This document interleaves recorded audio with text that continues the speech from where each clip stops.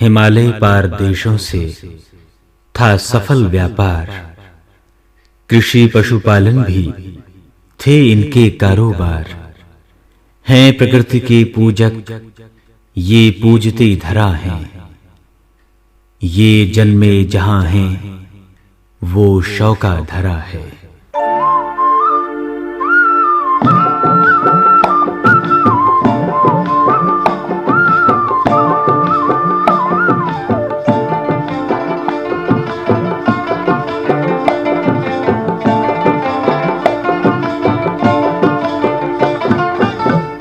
ये हिमालय देवों की भूमि है, घाटियों में शौक यहाँ बसते हैं। शिव ने अमृत भरा यहाँ, शिव ने अमृत भरा।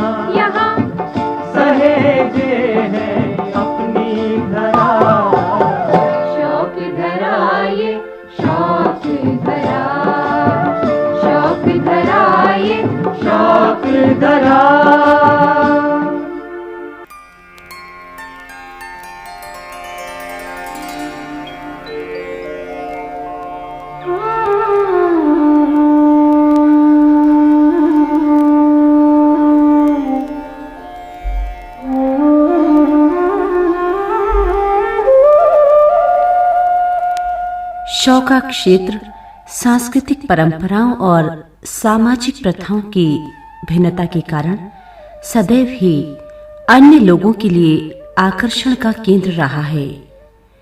संपूर्ण भारत में पग पग पर ही भाषा बोली का अंतर है। राष्ट्र की इसी परंपरा का निर्वहन शौका घाटियों में भी दिखाई देता है।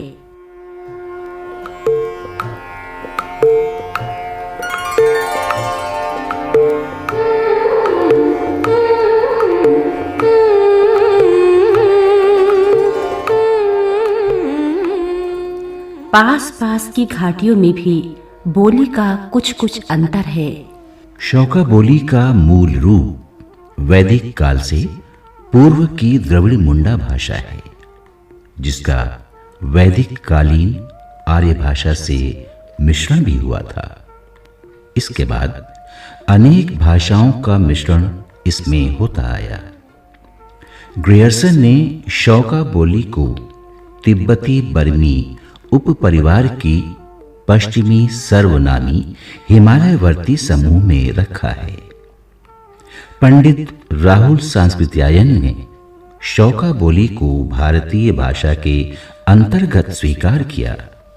शेरिंग ने इस समुदाय की बोली को 5 वर्गों में विभाजित किया। रंकास या शौकिया खुन, ये बोली गोरीफाट, जोहार और मल्ला दानपुर के 4 गांवों में बोली जाती है। पट्टी व्यास में बोली जाने वाली ब्यासी, पट्टी चौदास में बोली जाने वाली चौदासी, इसी तरह दारमा पट्टी में दरमिया, हुनिया या खंपा लोगों द्वारा प्रयुक्त भोटिया या हुनिया बोली। ब्यास, चौदास, दारमा और जोहार, ये अगर आप पिथौरागढ़ की 4 को ले लें, और बाकी 2 ये गढ़वाल में हैं, जिनको आपने कहा कि मारछा, तोलछा और जाडों को थोड़ी देर हम अलग कर दें, क्योंकि धार्मिक रूप से भी वो एक विभिन्न ग्रुप हो जाता है और इनमें आपस में इस प्रकार का व्यवहार भी नहीं है। तो हम ये पाते हैं कि जो ये बाकी 4 प्रमुख घाटियां हैं, जिसमें आप मारछा, तोलछा, जोहारी और काफ़ी हद तक ब्यासी, चौदासी, तो उसमें पुराने समय से भी इनमें आपसी में विवाह संबंध भाषा के अलग रहते हुए भी रहते आए। खास तौर से जो ज़्यादा निकटता है उसमें गढ़वाल की नीति घाटी और जोहार में, वो विभिन्न कारणों से इनमें ज़्यादा निकटता रही और बहुत सामान्य था कि आपकी पत्नी उधर घाटी से है। नीति घाटी के कई वर्ग जो थे वो जोहार में भी आए, उनको नाम ही नितवाल दिया गया तो इस प्रकार से इनका आपसी संबंध ज़्यादा था और भाषा में भी उतना अंतर उस सीमा तक नहीं है। हाँ, ये जरूर है कि जो मारछा और तोलछा आपके गढ़वाल में है, उनका जो भाषा है वो गढ़वाली से ज़्यादा प्रभावित हुई, बड़ा नैसर्गिक था। उस प्रकार से अगर आप जोहारी भाषा को देखें तो उसका कुमाऊँ भाषा से नज़दीक है। यहाँ तक कि जोहारी भाषा को जो कुमाऊँ के 12 बोलियाँ हैं उनमें एक मान्यता भी मिली है। जोहारी पहाड़ी बोली को एक डायलेक्ट माना जाता है कि छोटी उसकी जो है बोली माना गया है, जो ग्रियर्सन ने डिवीजन किया है। तो इनकी जो हिंदी केंद्रित इंडो आर्यन लैंग्वेज है तो उसमें जोहार का भाषागत रूप काफ़ी हद तक जो उसके सामाजिक आचार व्यवहार से प्रभावित था, वो देखा जाए तो कुमाऊनी जो केंद्रीय पहाड़ी बोली थी उससे काफ़ी नज़दीक आ गया और इसीलिए जोहारी बोली को उसमें कुमाऊँ के एक उपबोली के रूप में भी मान्यता मिल गई। और अगर आप जोहारी बोल रहे हैं तो आपको कुमाऊँ बोलने वाला आपको 80% पकड़ लेगा और जो जोहारी बोलता है वो कुमाऊनी 100% पकड़ लेता है।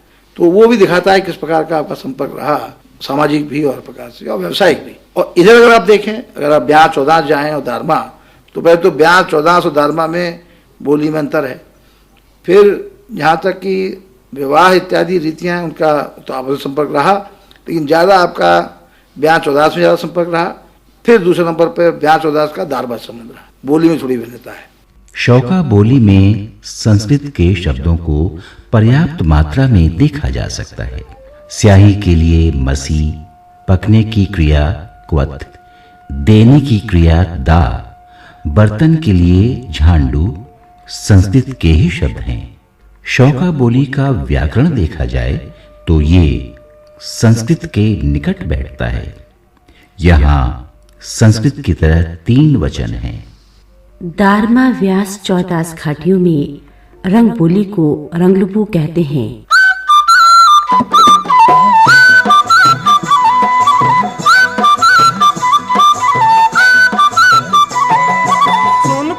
स्वकारी की चेली ल्या दे जो सुन पते स्वकारी की चेली, सुन पते स्वकारी की चेली ल्या दे जो सुन पते स्वकारी की चेली। कह देखीच कह सुनीच, कह देखीच कह सुनीच, बता दे जो सुन पते स्वकारी की चेली, बता दे जो सुन पते स्वकारी की चेली, सुन पते स्वकारी की चेली। यह शब्दकोश की कमी नहीं है।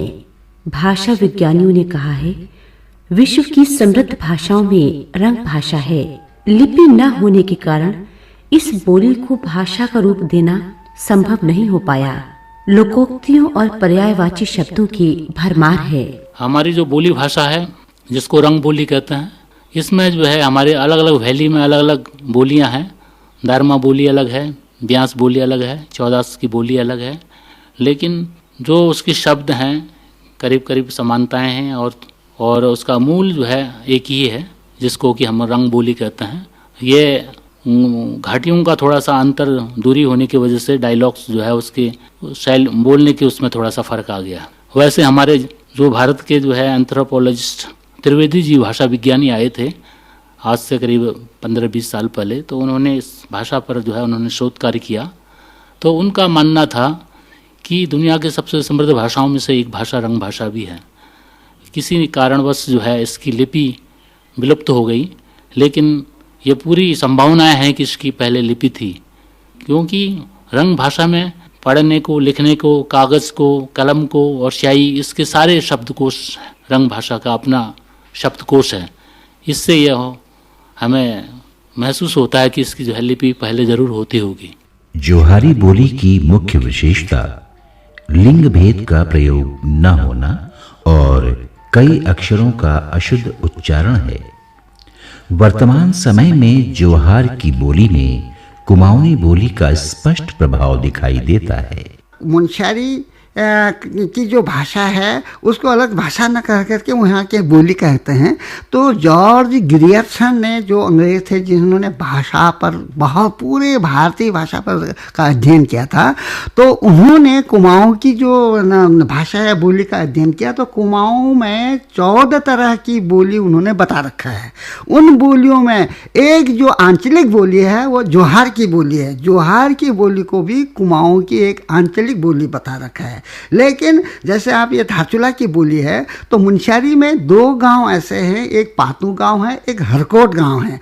उनकी बोली जोहार वालों की बोली से कुछ भिन्न है, अभी भी है। तो उस बोली को रंकस उन्होंने नाम दिया है, और वो रंकस जो भाषा है, जो बोली है, ये धारचूला वालों की है।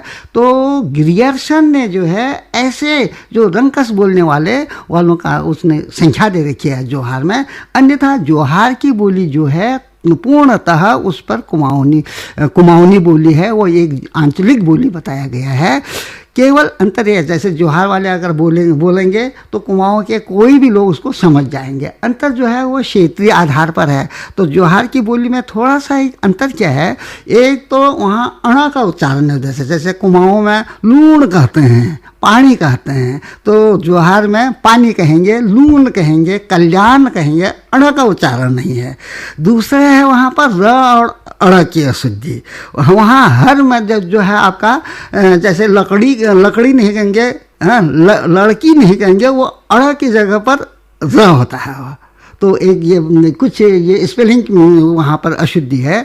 तीसरा स्त्रीलिंग पुल्लिंग का नहीं है, वहाँ स्त्रीलिंग पुल्लिंग का भेद नहीं है। जैसे कुमाऊँ में इज औणच इज खानेच कहेंगे, ई का प्रयोग कहेंगे, हमारे यहाँ नहीं है। दादा खानच, बेण खानच, बेण खानची जो कुमाऊनी में है। तो एक तो लिंग भेद नहीं है वहाँ पर, वहाँ की बोली में। एक अड़ और अड़ की अशुद्धि है, एक न और अड़ का प्रयोग नहीं होता है। केवल इतना ही वहाँ की बोली में अंतर है, अन्यथा वहाँ की बोली पूर्णतः कुमाऊनी बोली है। नीतिमाणा घाटियों में तोलछा मारछा शब्दों का जन्म गढ़वाली बोली से हुआ है। 1 दशक शताब्दी तक व्यापार संपर्क के सांकेतिक शब्दों के समूह ने बोली का रूप लिया होगा। यहाँ की बोली में किरात, दारमा, व्यास, जोहारी, कुमाऊं और तिब्बती शब्दों के अतिरिक्त गढ़ी कोट शब्दों का बाहुल्य है। नीतिमाणा भोटिया जनजाति के जो लोग हैं, बेसिकली हमको रोंगपा के नाम से जाना जाता है। अब रोंगपा भी 2 टाइप की कम्युनिटी हुई है। जो ऊपरी क्षेत्र में रहते थे उसको मारछा बोलते थे।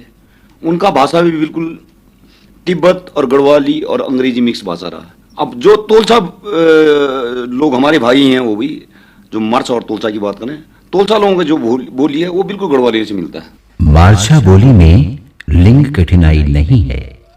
इस बोली में क्रियाओं का रूप वैसा ही है जैसा अंग्रेजी में। जरा सा अंतर जो दिखता है वो इसका संकीर्ण दायरा है। कुमाऊं गढ़वाल के सीमांचल की 3 घाटियों के पुरुषों की वेशभूषा एक सी थी, परंतु महिलाओं के पहनावे में बिल्कुल भिन्नता थी।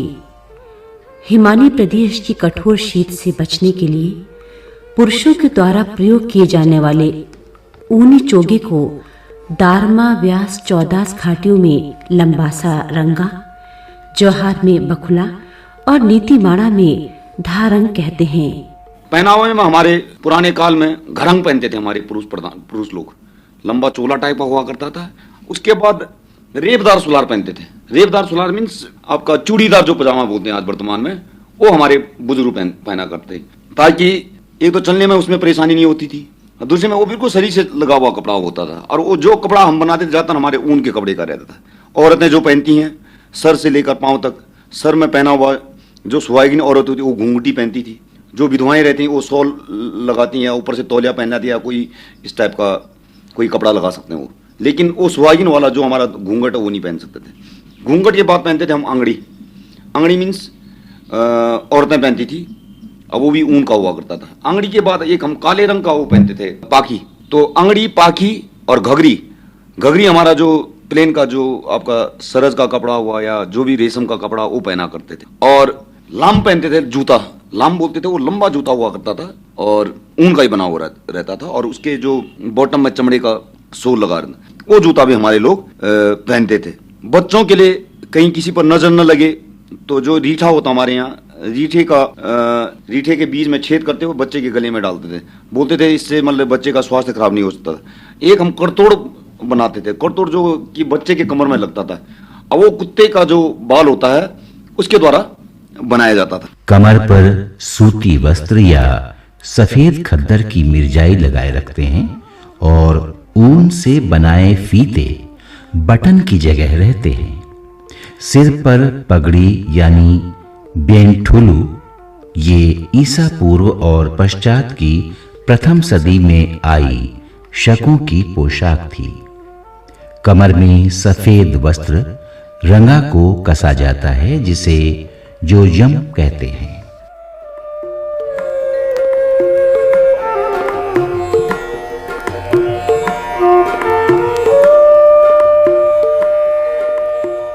धारचूला के आसपास घाटियों की स्त्रियों की मूल पोशाक चूभाला है। भाला कमर से नीचे और चू कमर से ऊपर पहनी जाती है। ये भी वैदिक कालीन वस्त्र है। ऊन के चुभाले में सूत के धागे की कलात्मक धारियां होती हैं। चूभाला को केवल 2 रंगों में रंगा जाता है, नीले रंग में तिंचू और लाल गेरुए रंग में मंचू कहते हैं। सिर में सफेद बेल बूटे युक्त शंकु आकार की टोपी या चुक्ति पहनती हैं। कमर में सफेद रंग का जुजियम बांधती हैं। तो बेटा तो दंग है के बदला कजर मंगला तकन तकन मंगला, तो बेटा तो दंग है के बदला कजर मंगला तकन तकन मंगला।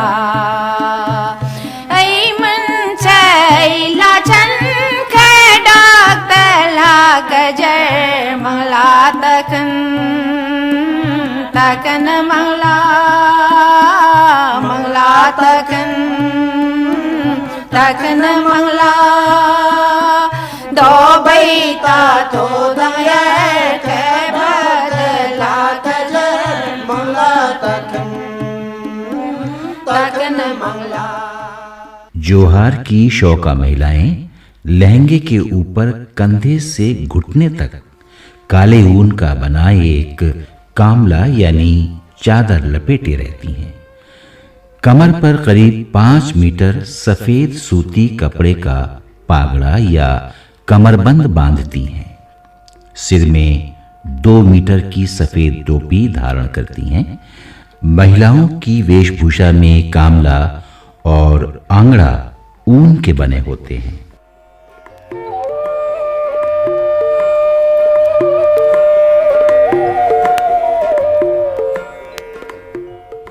नीतीमाणा घाटियों में रंगपा जनजाति की महिलाएं 12 गज फैलाव में घाघरा, नीचे सिर पर 6 इंच की लाल या नीली जीन की कोट और खालांगड़ी व आंगड़ी का महत्व राजपूत कालीन प्रथा के अनुकूल है।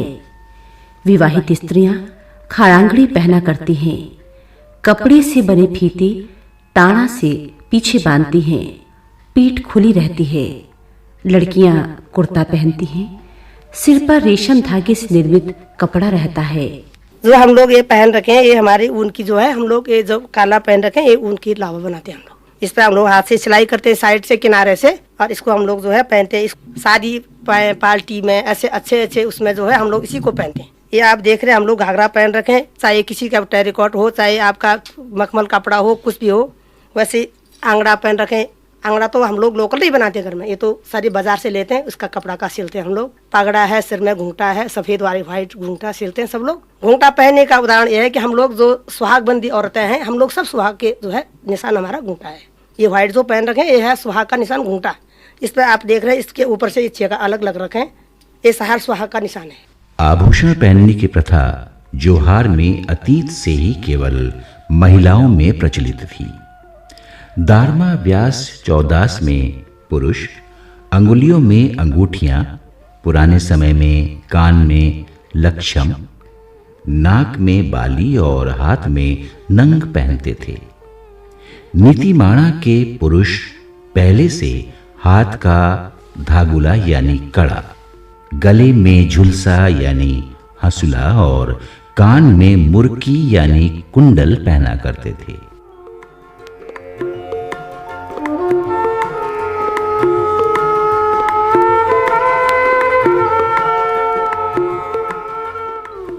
यहाँ स्त्रियों में कांच और लाख की राजस्थानी अंदाज की चूड़ियों का रिवाज रहा है। नीतिमाणा की रंगवा महिलाएं सोने की नथ, बुलाक, मुर्की और चांदी की सूड़ी सागर पहनती हैं।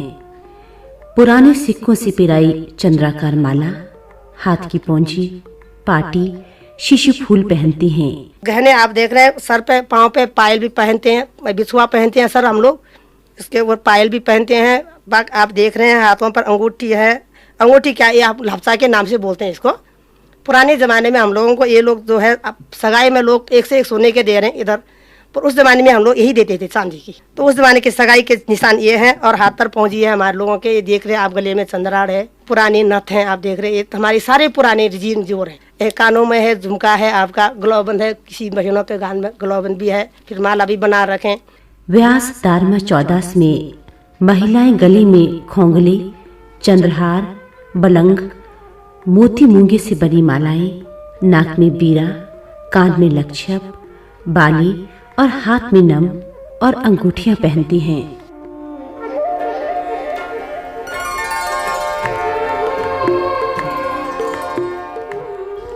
जोहारी महिलाओं की नथ और बिड़, गले की झुपिया, पचमनी और कान के मुनरे सोने के बने होते हैं। चांदी के सुतवा, त्वाड़, चरणहार, सोने व मूंगे के दाने से गुथे तिलड़ और मोहन माला गले के हार थे। दानों से गुथा पोंजी, धागुला, कमर का अतरदान और सिवसागल चांदी के बने होते हैं। सभी शौका महिलाएं कान साफ करने की चिमटी, आभूषण साफ करने का सुंगरियाल लटकाए रखती हैं। पांव के आभूषण सभी महिलाओं के चांदी के होते हैं।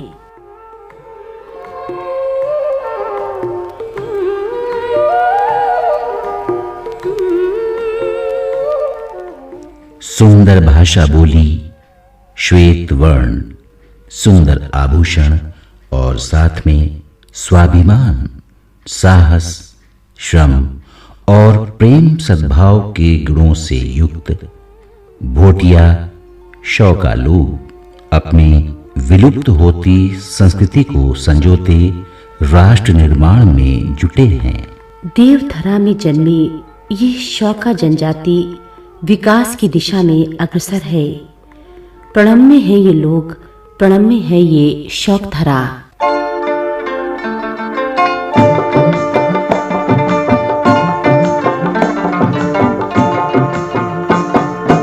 na na na na na na na na na na na na na na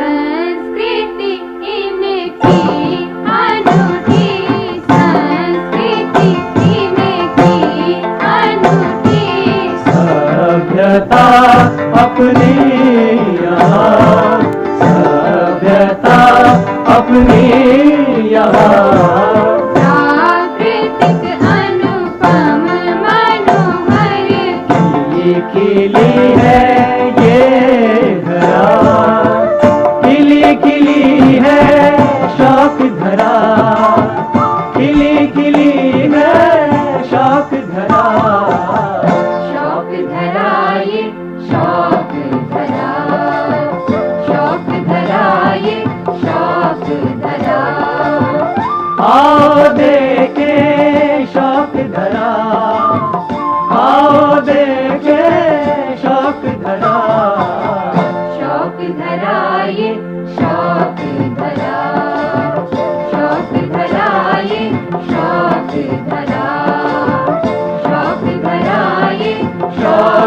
धरा शौक धरा ये शौक धरा